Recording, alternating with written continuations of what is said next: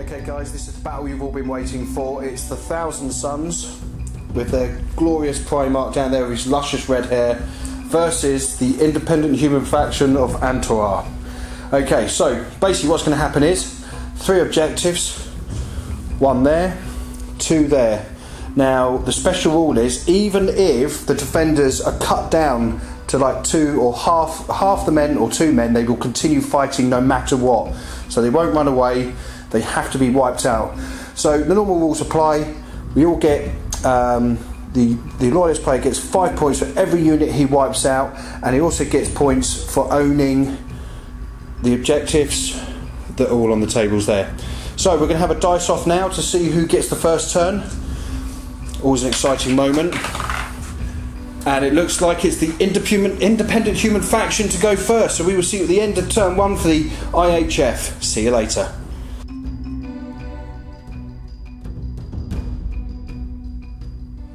Hi guys, so here I am with Matt. Matt, say hello. Hello. Okay, you remember him from the Word Bearers and from playing an independent human faction before, and now he's playing an independent human faction again against Big Steve. There we go. So this is your end of your turn 1. Do you want to walk us through it and explain what you've done starting with this unit here? Yep, sure. Not much happened. So my platoon command squad were deployed there. Walked and ran. Squad of veterans walked and ran. Squad of infantry walked and ran. Squad of veterans started off in dangerous terrain, and 4 of them got trampled at coming off the dangerous terrain. So Steve hasn't even had his turn 1 yet, and he's already got 4 casualties. So I'm doing my part. I'm Imperial too. I'm doing my part. Keep going.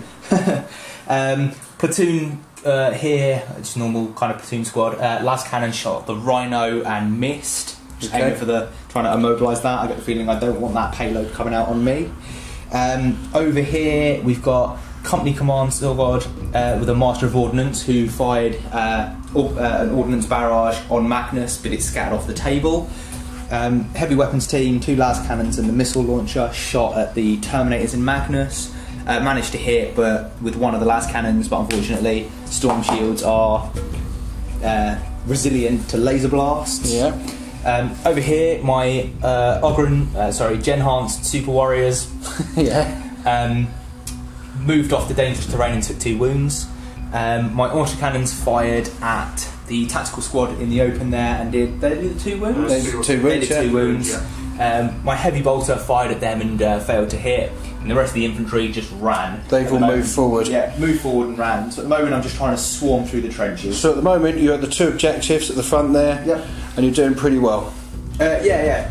I'm glad I got the first turn off. Yeah. It's allowed me to redeploy, although I get the feeling I'm going to be reaping some serious punishment. Looks like you can get a spanking. I'm worried. I've got clusters of troops everywhere, and that whirlwind is looking scary. Okay, so that's the end of turn 1 for the IHF. We're now going to move to turn 1 for the Thousand Sons, and I'll see you at the end of turn 1. Take care. Hi guys, so here we are at the end of turn 1 for the Thousand Sons. I'm here with Big Steve. You all know Big Steve. So tell us, what did you do starting with these? Starting with these, stayed where they were and fired their bolters and missiles at that unit there. Yeah. Bolter killed, is it 1 or 2? 2, I think there.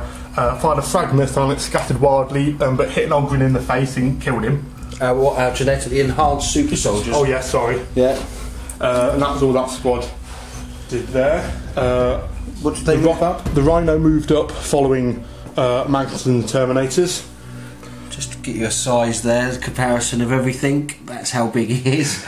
Okay. Rhino shot at the guardsmen, the first 4 guardsmen, the veterans. Yeah. And they caused a wound there.